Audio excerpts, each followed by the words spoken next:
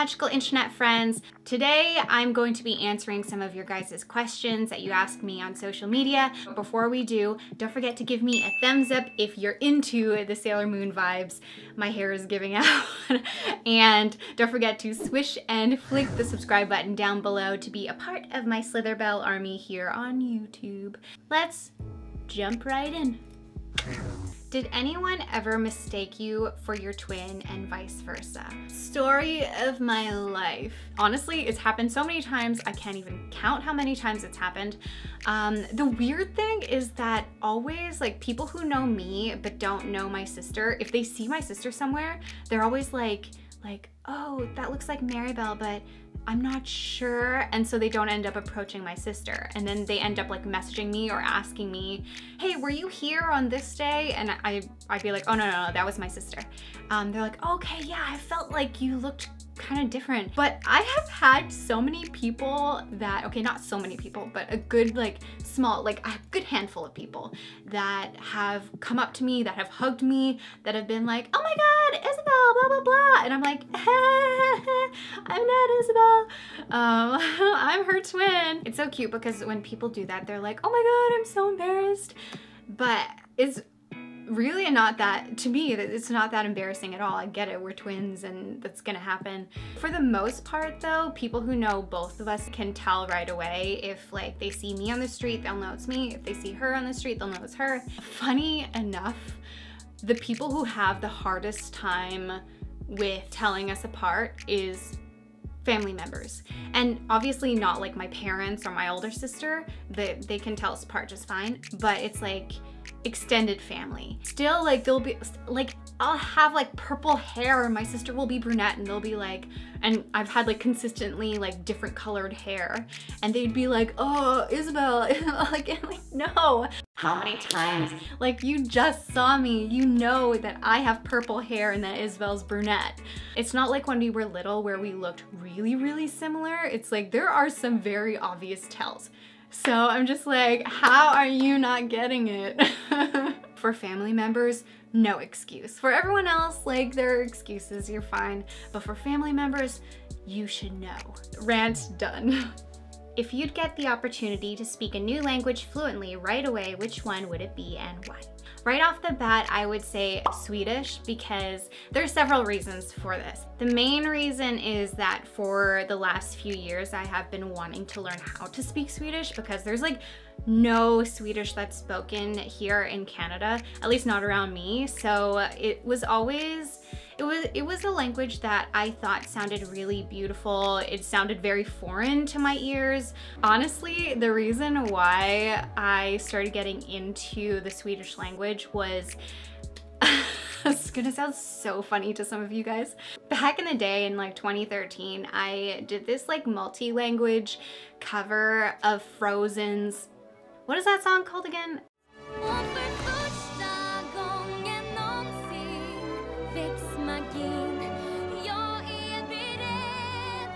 And I did a bunch of languages, like I feel like it might have been like 15 languages, and I probably sucked at almost all of them, except for like English and French. One of my favorite versions, which I found out while kind of researching that cover I did way back when, was the Swedish version. Honestly, the girl who sings Anna's parts is so good. She has like this like brightness in her sound, very energetic, and like she just like, her voice is just very Anna.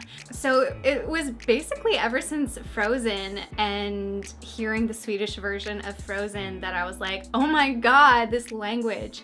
In like 2017, I tried to learn like the basic alphabet. It would be kind of cool to have like an extra language to be able to communicate in. Did you enjoy both movies of Fantastic Beasts? I did enjoy both movies. I have to say the first one was a little bit slow for me. The second one, I actually was entertained the whole way through, even though there were some major plot holes. I actually really liked Fantastic Beasts: The Crimes of Grindelwald. Is there another career you wish you pursued, or what is your biggest regret? Okay, so I have, these kind of tie in together, and it's all kind of like performance art related. In another life, I actually would have loved to have been a ballerina. And I don't know why. I know the career path is very short-lived, it's very intense, but for whatever reason, I would have loved to just like be on stage dancing like a prima ballerina. A regret that I do have though is that, I don't know if I've mentioned this before on my channel, but I wish that I took singing lessons as a kid. I was always really scared of singing. Singing was always like one of my biggest fears. Although I guess I can hold a tune, it's always, even to this day, it's something that's very terrifying to do, to sing in front of people. And I have sung in front of people, but I think I haven't exercised doing it enough that the fear goes away or the fear subsides a little bit.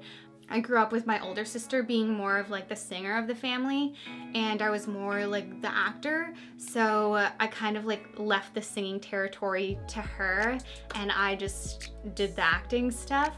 But if I could go back, I would have loved to have someone force me to take singing lessons so that it could strengthen my voice and I'd feel comfortable singing in front of people. If you had to compare yourself to one fictional character, who would it be? Rapunzel is a character that I always, like, I really see myself in Rapunzel. Specifically the Rapunzel in the Disney version, the Tangled version, her like zest for life, but then she's also a little bit fearful too, and I recognize a lot of that in myself. She has big dreams, and I feel like I have big dreams and multiple dreams at once, and they're always changing. Also with Rapunzel, I have always been the kind of person who has felt like trapped in some way, and whenever I get to like break free of that, then it's like when she leaves her tower for the first time, she's like so excited and happy, but then the next minute she's like terrified and crying and like she just doesn't know what to do with herself. Like, I have definitely felt that. So I would say the same for Sheeta from Castle in the Sky, and then also Belle from Beauty and the Beast. Like, all three of those make up my personality in some way. Which countries do you want to visit? I got another version of this question as well. Are you planning to travel again? And if so, where do you want to visit next? Obviously, there are places that I am going to go back to, that I would love to go back to. But as for like new countries, I would love to go to Italy, to go to Greece, to go to Japan, to go to Switzerland, to go to the Netherlands. Those are my top places. I mean, I feel like I'm going to go to California again at some point really soon because I really want to go back to Disneyland. Biggest Harry Potter character crush, if any? I actually never had a crush on any of the Potter characters in the books or anything. For whatever reason, none of the characters I was like, oh my god, he's so this, or whatever. But I actually did have a crush on one of the actors in Harry Potter. I had a massive crush on Rupert Grint. Yes, Ron Weasley. I had a huge crush on Rupert. Not Ron though. Like, Ron bothered the crap out of me. Like, I did not like Ron. I was like, ew, Ron. But Rupert Grint was different. I felt like Rupert made Ron way more likable in my opinion. But yeah, back in the day, back when I was like 13, I had such a big crush on Rupert. I thought he was like so funny and charismatic and all that stuff. What's your advice for someone who's second guessing themselves a lot lately? Same. Listen, I'm a Libra, okay? I am no stranger to second guessing myself, but I've gotten much better with my confidence and just trusting that if I manifest the good things that are going to happen, then that's what's going to happen. Just to, like, you know, fake it until you make it. Sometimes I just tell myself, no, you know what you're doing, shut up. And I guess it works sometimes. I guess the best thing that you can do is just to trust that the universe will put things out there the way that they're supposed to be. What is your perception on the purpose of life? Why we were placed here on Earth? The purpose of life is different for each person. Even if you're one of those people that you know, you don't feel like you have a purpose. Everyone was here for a reason, for their own special reason, for something, to teach somebody or to teach yourself something. That's what I believe. I also don't think that for each person, your purpose is always very apparent. Sometimes I feel like some people won't even know what their purpose is, but they still have a purpose. Does that answer the question? Have you done a prank with your sister since you are twins? If not, what do you enjoy to do together? So me and my sister are very different from Fred and George Weasley.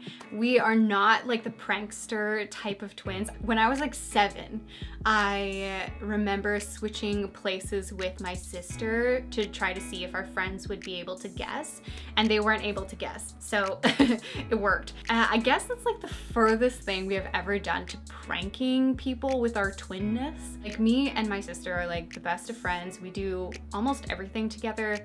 I feel really lucky to have been born with a twin, to be able to be born with someone that has turned out to be like my best friend in life. We hang out all the time, but we do like to separate our times as well, to not always be together, because that can cause problems.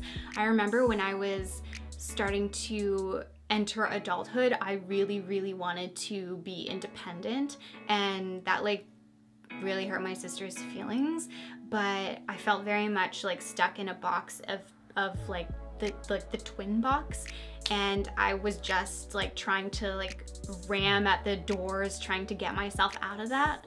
And as hurtful as I'm sure it was to my sister, I know that she understands why I was like that.